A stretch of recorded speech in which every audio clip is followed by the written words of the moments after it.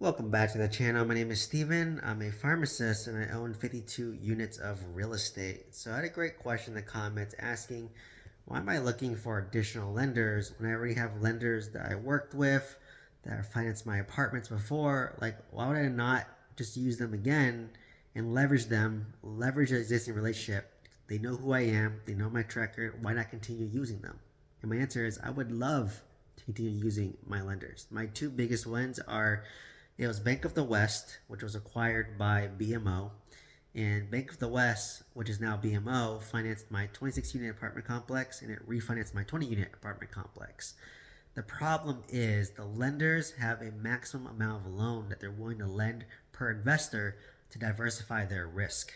So the max loan that BMO would give me were two loans, up to $1 million total, right? So I mean, I didn't hit $1 million loan amount, but I do have two loans of the property, right? I think each property has about $350,000, so let's just call it $700,000 total.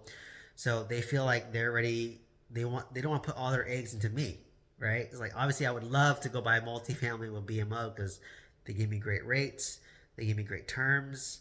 I know them, they know me, right? So by all means, I would love to buy an 80 unit apartment complex with BMO, but I know they're not going to give me the loan because I already maxed out two, right? And the same thing happened with US Bank. Like I bought US Bank where my aunt used to work for, and I bought my San Francisco house with US Bank and my house in Orange County, and she gave me great interest rates. Like I had 3.75% on my San Francisco house, 10% down, no PMI, and I got my Orange County house for 10% down. I did pay PMI in this one, but my interest rate was like 2.7%.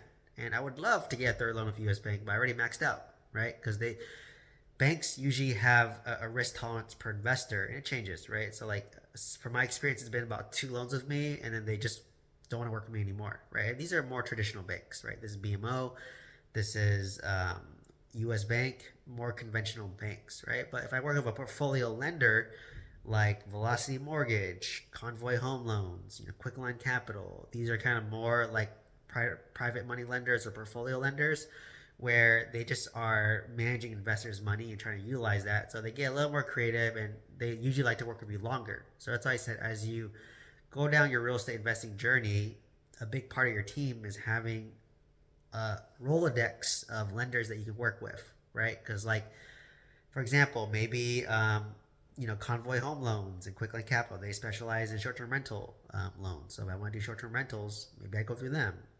Velocity Mortgage, they specialize in multifamily loans where they have a 50-40-10 loan where they do 50%, they finance 50%, 8%, 50% of the loan, 8%.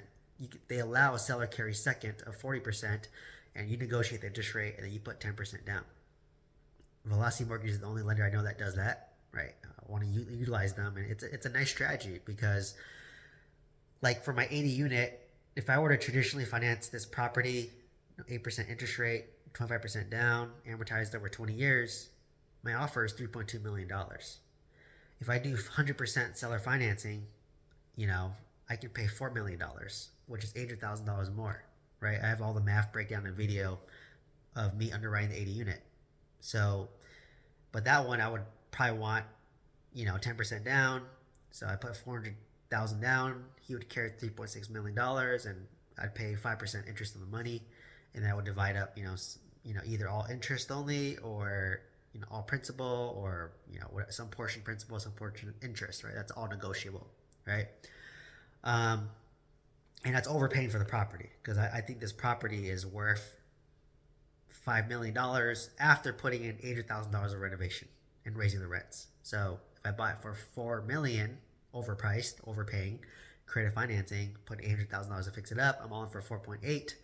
It's worth 5, right? Not the greatest burr deal, but it's great for cash flow. So what I love about the 50-40-10 loan is if 50% is from the lender, 8%, the 40% seller carry second is negotiable. So maybe I could do, 2%, whatever, 3%, something great.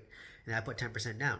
So how this is a win-win situation is number one, I win because I put 10% down and I can get a cash flowing asset. I win because I can make a more aggressive offer than $3.2 million, where it's 75% financed by the bank, right? So if my offer with 25% down, 75% loan from the bank, 8% interest is 3.2, and my creative financing offer of 100% creative financing is 4 million, then this offer falls in between, right? So it could be maybe like 3.5 to $3.6 million. So it's a higher offer than full straight payout, and also the owner gets some money, right? Because the owner wins too, because so I win because I put 10% down. The owner wins because he gets 60% of the money, 10% from me, 50% from the lender.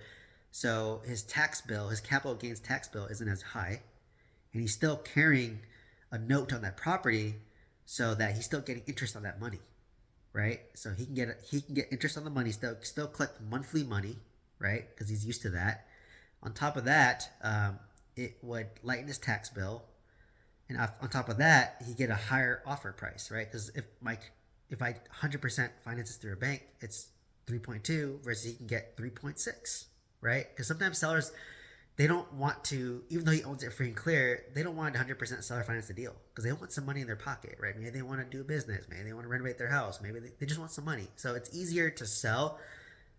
You can get 60% of your money, and you just carry 40, and you get that later after I renovate the property, raise the rents, raise the NOI, raise the value. I do a cash out refinance, I'll pay you out, right? So like that's what I want to do. So it's another tool in my tool belt. So like once again, my three offers would be 100% conventional lending, 75% loan to value, $3.2 million is my offer, based on the 8% interest rate, based on the numbers. I put 25% down the deal. I don't prefer that, right?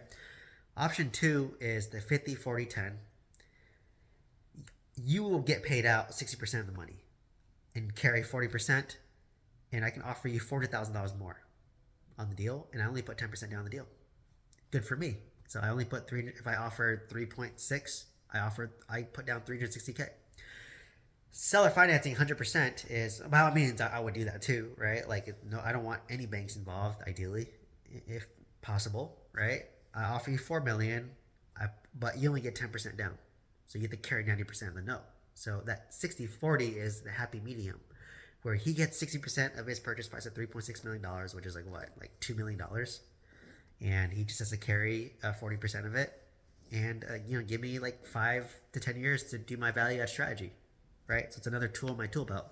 So the three offers are 3.2, all bank financing. You get all your money. You pay all the capital gains tax. The 50-40-10 is you get 60% of your money. You carry 40% of the money, less capital gains tax. You get a higher purchase price. I put less down. The last one is 100% creative financing. You only get 10% of your money, but you get a $4 million offer price. So it gives me three offers that I can leverage to work with the owner, right? So I like this option from Velocity Mortgage. And the Velocity Mortgage also has a loan product where they finance small multifamily deals. So this is 5+ units, and it's no balloon payment. Like most commercial loans have, it's 3-year, 5-year, 7-year, 10-year balloon. I do 10 years because I want to max it out, but they have a 30-year fixed option for multifamily, like 5 units plus. But insurance can be a little higher, obviously. But then you have security knowing what your interest rate is for 30 years, so that's pretty nice. They also have another loan product where they could put, like, let's say I bought a 14 unit and a 5 unit, which I did make offers on. They could put both of those under one loan, right? Under one blanket loan. So it makes it easier for me. Instead of buying the 14 unit in one loan and the 5 unit in one loan, I could put the 14 unit and the 5 unit together in a loan, and finance them together. And they also they allow for house hacking on 5+ units. So I can buy like a 5-unit apartment or 10 unit apartment complex, live in one unit, and house hack that, right? So Velocity Mortgage is very creative, so I think they're a great lender to have in my tool belt if I want to do creative things with multifamily, right? So excited to work with them and excited to use them and take down a deal with them, right? Because like I said, I think that 50-40-10 loan is very powerful, because it's hard for me to sell 100% seller financing unless they want it. If the seller wants it, great, I'll work with it. It's whatever they want. And it's hard for them to accept that if I do traditional bank financing, given today's interest rates, given today's cap rates, it's a hard pill to swallow. So the 50-40-10 is the best of both worlds. It's in between. It's in between, right? It's like meet me in the middle. So anyways, hopefully this answers your question. Let me know if you have any questions in the comments. If you want to learn about multifamily real estate, some guidance, check out my mentorship program. Otherwise, please like, comment, subscribe, and let me know what questions you have. Thank you so much.